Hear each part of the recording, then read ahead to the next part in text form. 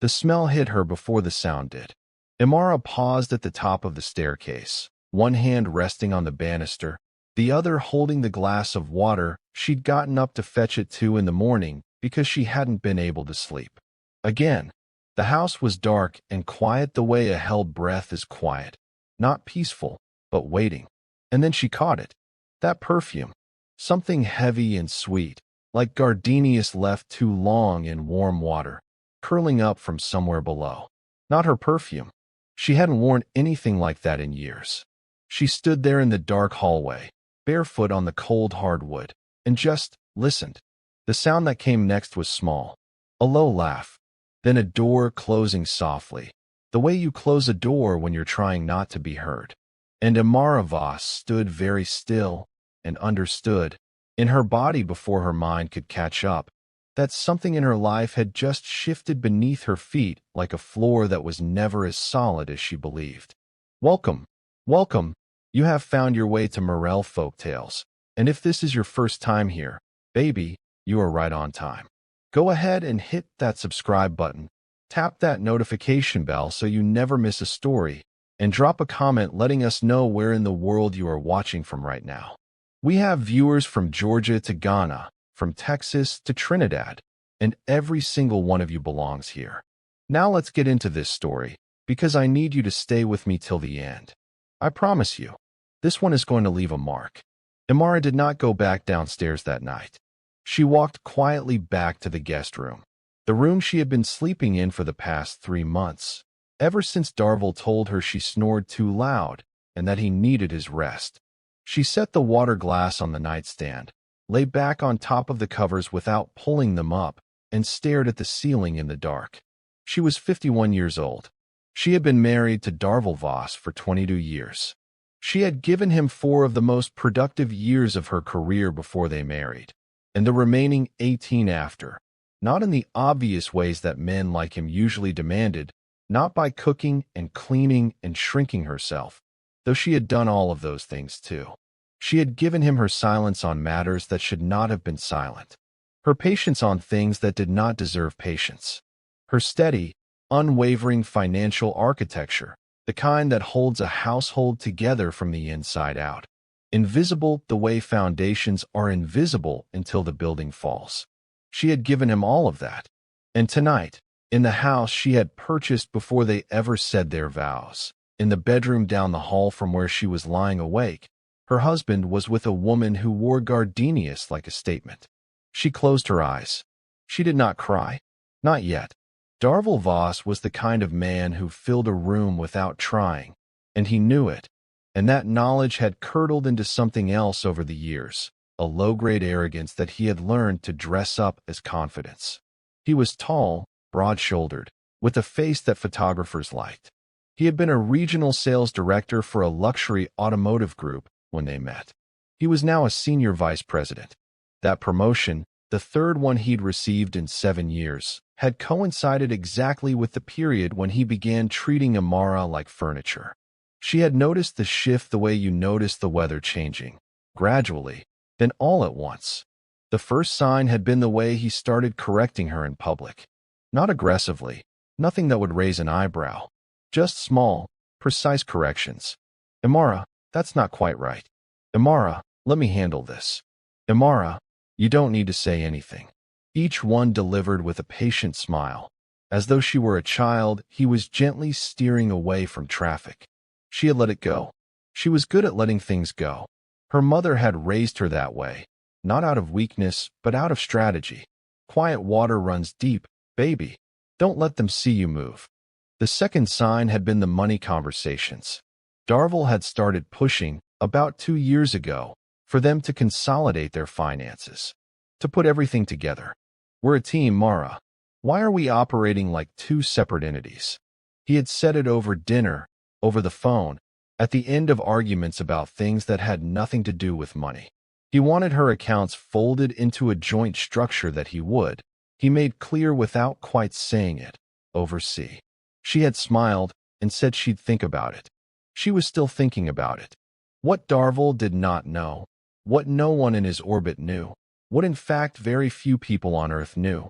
was that Amara Voss was not a woman who needed a husband to manage her money.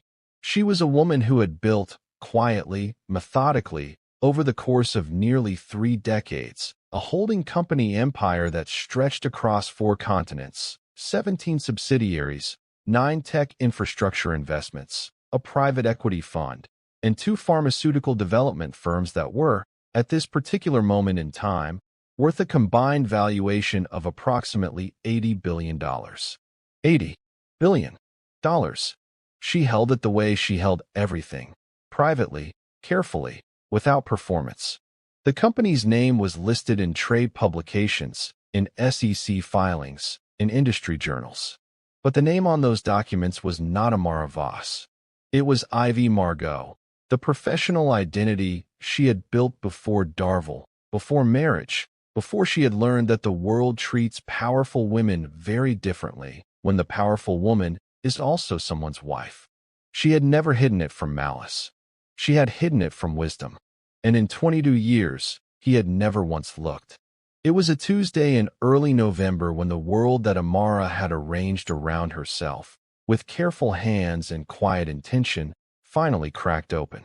She had risen at 6, as she always did, made coffee, sat at the kitchen island with her tablet reviewing overnight reports from her Singapore office.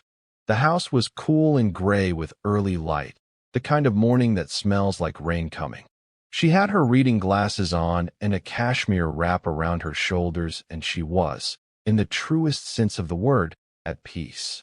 Then she heard footsteps, heavy ones, Darvel's, and then, behind his, lighter ones, the click of heels on marble. In her kitchen, at 6 in the morning, she looked up. The woman who walked into Amara's kitchen behind her husband was perhaps 30 years old, maybe 32. Long-limbed, wearing one of Amara's guest robes, the ivory one with the gold piping that had been a gift from a colleague in Milan, tied loosely at the waist. Her hair was wrapped in a silk scarf. She moved through the space with the casual ease of someone who had been here before. Not visiting, residing. Darvel didn't even look at his wife. He walked to the refrigerator, opened it, scanned its contents with the bored authority of a man who believed everything inside belonged to him. "Livette wants eggs," he said. To the air. To no one in particular. Amara set down her tablet. "Good morning to you too, Darvel." He glanced over his shoulder. Something passed across his face. Not guilt, not remorse. Something thinner and colder than either of those things. Impatience. "I said she wants eggs, Amara. Scrambled. And some of that fruit you always cut up." He paused. "And toast. She doesn't eat wheat, so use the other bread." The woman, Livette, had settled onto one of the bar stools at the island, the one where Amara had been sitting, her tablet now pushed aside by a manicured hand. She was looking at her phone. She did not acknowledge Amara at all. Amara took off her reading glasses slowly. "I'm sorry," she said, her voice even and low. "Who is this?" Darvel turned fully now. Something hardened in his expression. "A guest. Don't make it something." "A guest," Amara repeated. She looked at Livette, then back at Darvel. "She's wearing my robe. It was hanging in the bathroom. She needed something to wear." He closed the refrigerator. "Mara, I don't have time for this. Can you just make the woman some food and not cause a whole thing?" Amara looked at him for a long moment. Then she picked up her tablet, her glasses, and her coffee, and she walked calmly out of her own kitchen. She made no scene. She went upstairs to the guest room, closed the door, and stood in the center of the room for a full minute, just breathing. Then she sat on the edge of the bed and opened her phone and made 2 calls. The first was to her attorney, Emmett, who had been her legal counsel for 19 years.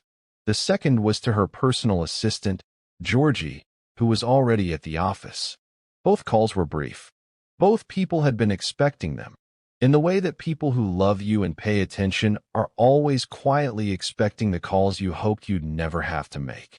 When she was done, she lay back on the bed and stared at the ceiling again, and for just a moment, she let herself feel it, all of it, the weight and the shame and the grief of loving someone who had long since stopped being worth it. She felt it move through her body like cold water. Then she got up, washed her face, and got dressed. For 3 more weeks, Imara said nothing. She watched. She documented. She moved through her days with the calm precision of a woman who knows exactly where she is going and is in no rush to arrive too early. Livette had, it turned out, been a fixture in Darvill's life for 2 years. She worked in marketing at a firm downtown. She was charming in the uncomplicated way that women are charming when they have not yet learned how expensive charm can be. She was not the villain of this story. She was just a young woman who had been lied to about what she was walking into. Imara felt something close to sorry for her, but only close. The night everything broke happened on a Wednesday. It was 3 in the morning. The house was quiet. Imara was deep in sleep, real sleep for the first time in weeks, when it happened. The cold water hit her face like a slap. She jolted upright, gasping, blinking in the dark, her heart slamming against her ribs. Water dripped from her hair, soaked through her nightgown, ran cold down her neck and chest and arms. She couldn't process it at first, couldn't make her brain catch up to what her body was registering. Then she saw Darvill standing over her. He was holding the empty glass. His expression was flat. Behind him in the doorway, wrapped in a blanket, stood Livette, looking at the floor. "Get up," Darvill said. Imara stared at him. "Get up, Imara. Livette is hungry. We just got in and there's nothing prepared. Go downstairs and make something." The room was cold. She was soaking wet. The clock on the nightstand read 3:07 a.m. She said nothing. "Did you hear me?" His voice rose just slightly, not loud enough to be shouting, but loud enough to make Livette shift uncomfortably in the doorway. "I said get up and go make some food. You're not doing anything. You're just sleeping." Imara looked at her husband. She looked at the glass in his hand. She looked at the woman in her doorway wearing a blanket from her linen closet. And then, very slowly, she swung her legs over the side of the bed, stood up on the cold floor, pushed her wet hair back from her face, and looked at Darvill Voss with an expression that was not anger, was not hurt, was not broken, was something else entirely. Something clear and final, like a door closing. "All right," she said quietly. She walked past him. She walked past Livette without a word. She went downstairs to the kitchen that she had designed, in the house that she had paid for, and she stood at the stove at 3 in the morning and she cooked.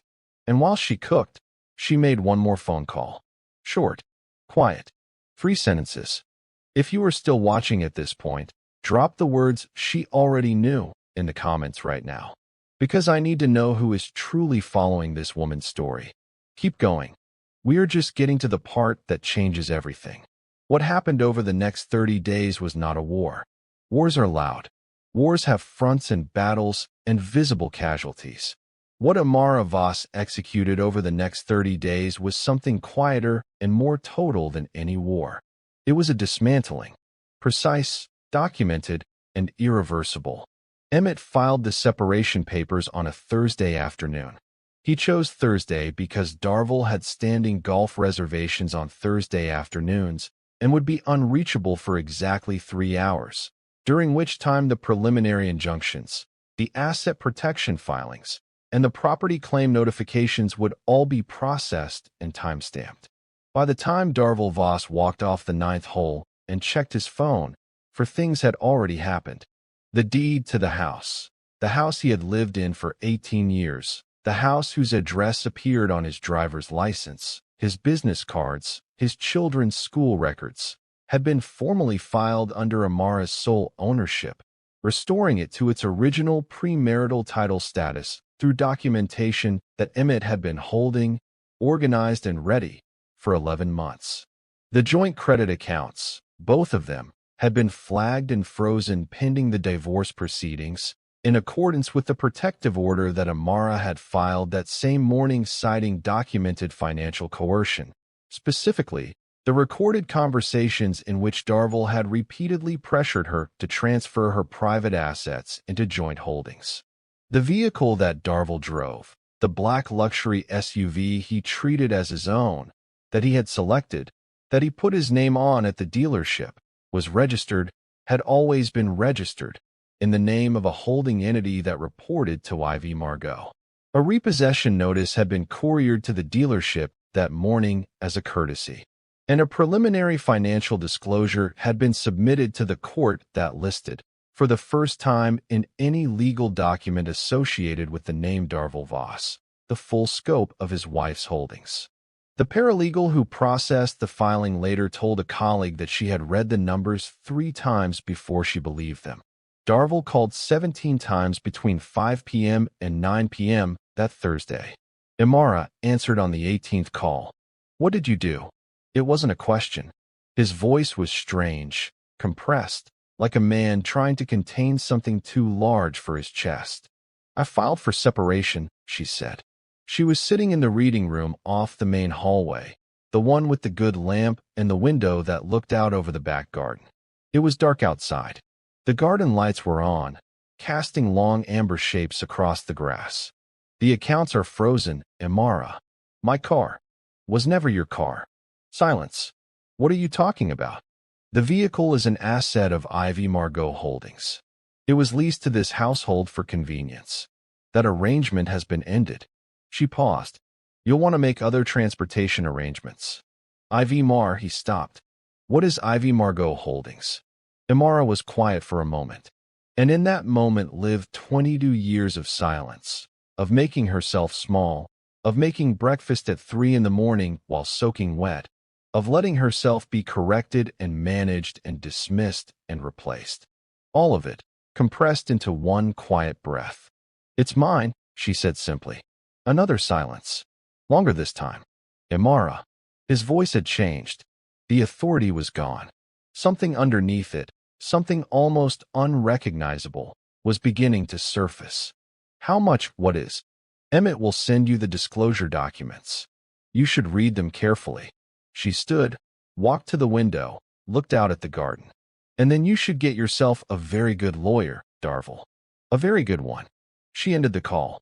The person who had seen everything, who had watched from the beginning and said nothing out of a loyalty that was never fully returned, was a woman named Priscilla Osei, who had been Darvel's executive assistant for 9 years.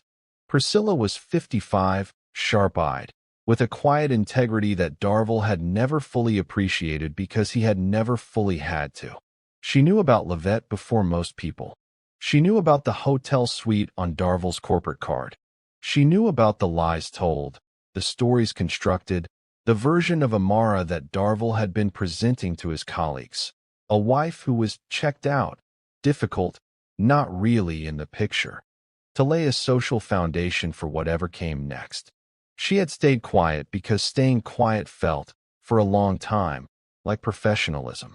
But when Darvel, in the days following the separation filing, began asking Priscilla to help him access certain emails, locate certain documents, pull certain records that might give him leverage in the divorce proceedings, when he sat across from her at his desk with that particular look men where when they believe their assistant is an extension of their will rather than a person with her own moral center. Priscilla Osei picked up her phone, called Imara's attorney, and offered to provide a full account of everything she had witnessed over 9 years. She did not do it for money. She was not that kind of person. She did it because she had watched a good woman get cold water thrown on her face at 3 in the morning and had found out about it through an embarrassed Livette who had called her the next morning. And Priscilla had sat in her car in the parking garage of Darvel's office building and cried for 20 minutes. Then she had gotten out, gone upstairs, and started writing everything down. The deposition took 4 hours. Emmett later told Imara it was the most organized, detailed, and damaging witness account he had seen in 31 years of family law practice. Darvel's attorney, after reviewing the deposition, the financial disclosures, the recorded conversations, and the property documentation, called Emmett and used the word catastrophic 3 times in a single sentence. The divorce was finalized on a gray February morning. Imara stood outside the courthouse in a camel coat with her collar turned up against the cold, and she breathed in the winter air, and she felt something she hadn't felt in longer than she could precisely name. Not happiness exactly. Not relief, exactly. Something more foundational than either of those things. Something that felt like arriving back in a room you'd been locked out of for years and finding everything still exactly where you left it. Emmett stood beside her on the courthouse steps. He was a careful man, not given to sentimentality, but that morning he looked at her with something close to awe. "You know," he said, "in all the years I've known you." "Don't," she said, and she was smiling a little. "Don't make a speech, Emmett." He laughed. They walked to their separate cars. 3 months later, Forbes published a profile of Ivy Margot Holdings. The piece was 6 pages long. The cover photograph showed a woman in a simple black dress, no jewelry except for small gold earrings, standing in front of a floor-to-ceiling window with a city stretching out behind her. The woman was Amara Voss. The headline read, "The Architect: How the Most Powerful Woman in Private Equity Built an $80 billion Empire in Plain Sight." The article opened with a line that her publicist had not written, that no one had suggested, that Amara had quietly requested herself. She never announced herself. She never needed to. Darville saw the issue at an airport newsstand on a Tuesday morning. He was traveling for work, pulling a carry-on, running a little late for his gate. He stopped in front of the display rack and stood there for a long moment with people moving around him on both sides. And he looked at that photograph, and he read that headline, and he felt something move through him that he did not have an adequate word for. He did not buy the magazine. He walked to his gate and sat down and stared at the floor of the terminal for a long time. He thought about a morning in November when he had stood over his wife's bed in the dark and thrown cold water on her face. He thought about all the mornings before that one, all the corrections, all the dismissals, all the ways he had looked right at her and somehow managed not to see anything real. He thought about the woman who had cooked eggs at 3 in the morning, soaking wet, without a word, without a scene, without a single tear that he could see. He had thought, in that moment, that her silence was submission. It was not. It was dignity. He had mistaken dignity for defeat his entire marriage, and it had cost him everything. His flight was called. He picked up his bag and boarded the plane. Amara did not think about him much. That was the thing that surprised her most in the months that followed. She had expected Grief to be a longer, more demanding house guest. She had steeled herself for the nights when his absence would feel like an accusation, for the mornings when the quiet of the house would feel like loneliness rather than peace. But it did not come the way she expected. What came instead was a kind of spaciousness she had not felt in years. Room to think, room to breathe, room to remember who she had been before she learned to make herself manageable, before she had started measuring out her own presence in careful, husband-approved doses. She had her garden redesigned that spring. She replaced the curtains in every room with ones she actually liked. She had the kitchen repainted a deep, warm terracotta that Darville had always said was too much. She cooked breakfast every morning at whatever hour she felt like it. Sometimes 9, sometimes 11. Sometimes she didn't cook at all and just had coffee and sat by the window with the light coming in and watched her garden and was simply, quietly, completely herself. Her neighbor Dory, who was 73 and had lived in the house next door for 40 years and watched everything from her porch with the focused attention of a woman who had seen much and forgotten nothing, stopped Amara one morning at the garden gate. "You look different," Dory said. Amara smiled. "Different how?" Dory tilted her head, studying her the way old women study things, not unkindly, but without pretense. "Like yourself," she said finally. "You look like yourself." Amara thought about that later, standing in her kitchen, her hands wrapped around a warm mug, morning light pressing gold through the terracotta-colored walls. Like yourself.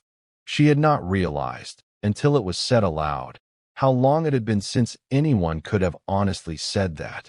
How long she had been wearing herself like a costume, performing just enough Amara to move through a life that had slowly, quietly, been built around someone else's comfort.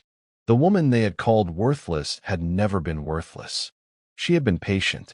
And patience, real patience, the kind that is not passive but strategic, the kind that is not waiting but preparing. That is a form of power that the arrogant never recognize until it is already finished with them. Lavette, for her part, sent a single text message to Amara about 4 months after the divorce. It said, "I didn't know about any of it. I'm sorry." Amara read it twice. Then she typed back, "I know you didn't. Take care of yourself." She meant it. There is a particular kind of woman that the world spends a great deal of energy trying to underestimate. She does not argue with the underestimation. She does not perform her credentials. She does not need the room to know what she's worth before she walks into it. She builds in silence. She plans in silence. She loves, when she loves, completely and without reservation.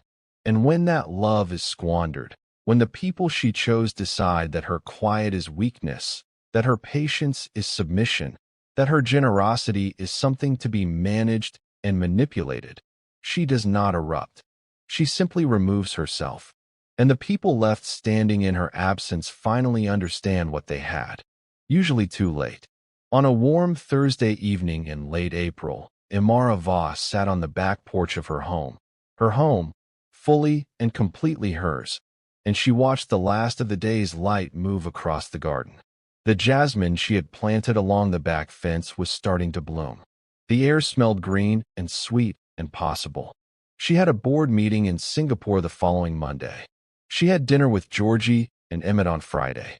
She had a call with her pharmaceutical team in Berlin on Saturday morning. She had, in other words, a life. A full, extraordinary, self-made, quietly spectacular life. And no one in it would ever again mistake her silence for surrender. She finished her tea. She went inside. The porch light came on automatically as the dark settled in, warm and amber and steady, and the garden held its shapes against the evening, and the jasmine opened wider, and everything was, at last, exactly as it should be. Some people spend their whole lives waiting to be chosen. Imara had simply chosen herself, quietly, privately, a long time ago, and built everything from there. That was the secret they never found until it was already the foundation. If you enjoyed this story, subscribe for more. New stories drop every day.